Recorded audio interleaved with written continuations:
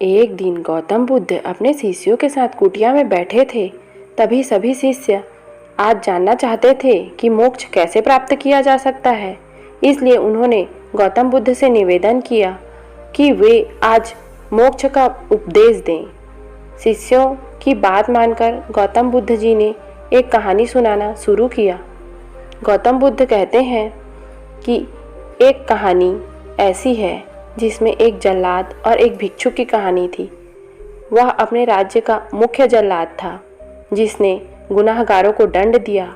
अब वह रिटायर होकर अपने राज्य के बाहर एक कुटी बनाकर रहने लगा। अपना जीवन व्यतीत कर ही रहा था। उसे हमेशा अपने मन में लगता था कि उसने कितने लोगों की हत्या कर दी, वह कितना पापी है। ऐसे ख्यालों से वह हमेशा घिरा रहता था। वह अपना सारा दिन पश्चाताप में ही गुजारता था। तभी उसको दरवाजे पर किसी ने आवाज़ लगाई। उसने बाहर जाकर देखा तो एक भिक्षुक खड़ा हुआ था। भिक्षुक के चेहरे पर एक अजीब सी चमक थी। भिक्षुक के चेहरे को देखकर ही जल्लाद समझ गया कि भिक्षुक बहुत ही लंबी साधना के बाद आज उठा है, भूख से व्याकुल भी है। जल्लाद के मन में आया कि वह जिंदगी भर तो मैंने बस हत्याएं ही की हैं। आज ऐसा मौका मिला है कि कुछ पुण्य कमाने का, तो इसे गंवाना नहीं चाहिए। उसने भिक्षुक को अंदर बुलाया और अपनी खाने की थाली उसे दे दी। भिक्षुक खाना देखकर बहुत प्रसन्न हुआ। भर पेट भोजन कर भिक्षुक ने जल्लाद से बातचीत शुरू की। जल्लाद ने भिक्षुक को अपने जीवन की सारी कहानी सुनाई। उसने बताया कि वह कैसा काम करता था। उसने कितने दिनों से कितने लोगों को फांसी देते हुए आ रहा है, ऐसा बता रहा था भिक्षुक को। वह सोचता है कि वह कितना बड़ा अपराधी है।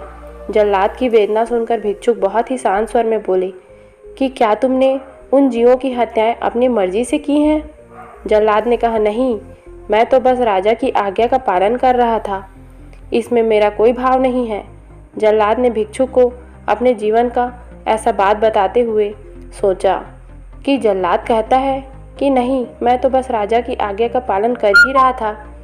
मेरा भाव ही नहीं है कि उन्हें मृत्युदंड या सज़ा देने का। मैं कुछ भी ऐसा नहीं चाहता था। जैसा राजा बोलता गया मैं वैसा करता गया। तब भिक्षुक ने कहा, तब तुम अपराधी कैसे हुए? तुम तो अपने राजा के आदेशों का पालन कर रहे थे। जल्लाद को एहसास हुआ कि वह गलत काम के लिए जिम्मेदार नहीं था। उसका तो कोई दोष ही नहीं है। वह तो सिर्फ अपने अंदर के दायित्व को पूरा कर रहा है। इस प्रकार जल्लाद का मन शांत हुआ। फिर भिक्षुक ने जल्लाद को उपदेश दे दिया और उससे वहां से विदा ले लिया। भिक्षुक को विदा कर जब जल्लाद वापस घर आया और उसकी मृत्यु हो गई, जिसके बाद उसको मोक्ष की प्राप्ति हुई।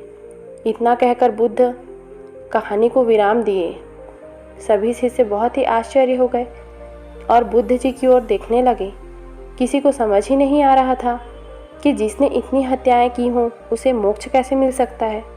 तब एक शिष्य ने दुविधा से बुद्ध जी के सामने पूछ ही लिया कि बुद्ध जी शिष्यों को समझाए कि भिक्षुक के उपदेश से जल्लाद को ज्ञान प्राप्त हो गया। जल्लाद के जीवन में पहली बार किसी ने ज्ञान का उपदेश दिया, इसलिए मृत्यु के बाद उसे मोक्ष का प्राप्ति हुई।